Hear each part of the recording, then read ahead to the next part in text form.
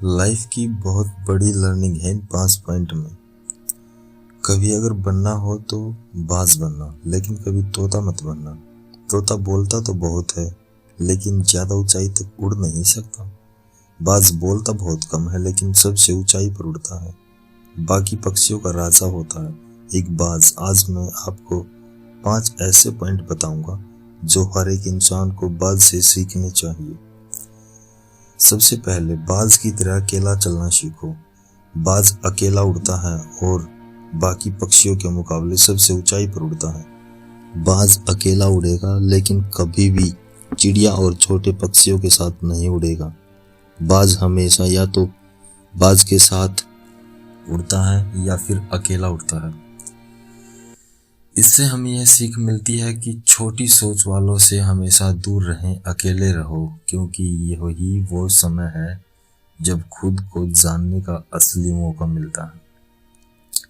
और दूसरी, बाज की तरह अपने लक्ष्य पर ध्यान दो। बाज का विजन बहुत ज्यादा क्लियर होता है और बहुत ज्यादा स्ट्रॉन्ग होता है। बाज अपने शिकार को 5 किलोमीटर दूर से ही देख लेता है, और जब एक बार उसे अपना लक्ष्य दिख जाता है तो फिर वह उसके बाद रास्ते में चाहे कितनी भी मुश्किलें क्यों ना आए, वो अपने लक्ष्य को हासिल करके ही दम लेता है। इससे भी एक बहुत बड़ी सीख मिलती है कि अपना विजन क्लियर रखो और उसे हासिल करने में फिर चाहे कितनी भी मुश्किल क्यों ना आए, पीछे मत हटो उस बाज की तरह। और तीसरी, बाज कभी भी मरी हुई चीजें नहीं खाता। बाज कभी भी मरे हुए जानवरों को नहीं खाता, वह हमेशा जिंदा शिकार करता है। और इससे हमें यह सीख मिलती है कि जो हमारा पास्ट है वो मर चुका है, और अपने उस मरे हुए थॉट्स पर ध्यान मत दो। अपने आने वाली ताजी फ्रेश और जिंदगी पर ध्यान लगाओ। अपने पास्ट की पुरानी यादें जो तुम्हें तंग करती हैं, उन्हें वहीं रहने दो जहां उसकी जगह है, और तुम्हारे पास्ट की जगह अपने में वर्तमान में जगह मत दो, क्योंकि अपने पास्ट को वर्तमान में जगह दोगे तो बहुत मुश्किलों का सामना करना पड़ेगा। पास्ट तुम्हारे प्रेजेंट में आ गया है तो तुम्हारा पास्ट तुम्हें कभी तुम्हारे प्रेजेंट में नहीं रहने देगा।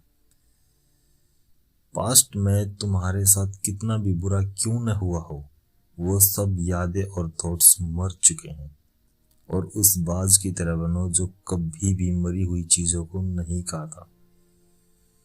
चौथी, मुश्किल समय में डरो नहीं। जब आंधी तूफान आता है तो बाज बहुत ज्यादा एक्साइटेड हो जाता है। जब बारिश होती है तो सारे पक्षी छिप कर बैठ जाते हैं, लेकिन बाज को बहुत मजा आता है। वह तेज हवाएं चलती हैं तो बाज उन हवाओं के सहारे और तेजी से ऊपर की ओर उठता है, और ऊपर उड़ते उड़ते इतना ऊपर उड़ जाता है कि बादलों से भी ऊपर पहुंच जाता है। इससे भी एक बहुत बड़ी सीख मिलती है कि मुसीबत में भी मजा ढूंढो। और नेपोलियन हिल ने एक बार कहा था कि हर बड़ी चुनौती अपने साथ में एक बहुत बड़ा अवसर लेकर आती है। तो उस बाज की तरह तुम भी अपने अवसर को पहचानो, और जिस दिन उन अवसरों को पहचान लिया, फिर सारी मुश्किल तुम्हारे नीचे होंगी और तुम उन मुश्किलों के ऊपर होगे। और 5वीं बात यह है कि अपने आप को कंफर्ट जोन से बाहर निकालें।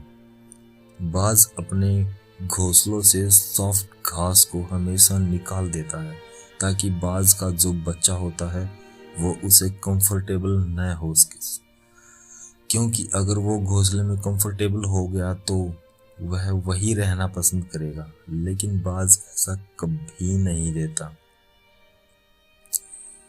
लेकिन बाज ऐसा कभी नहीं होने देता।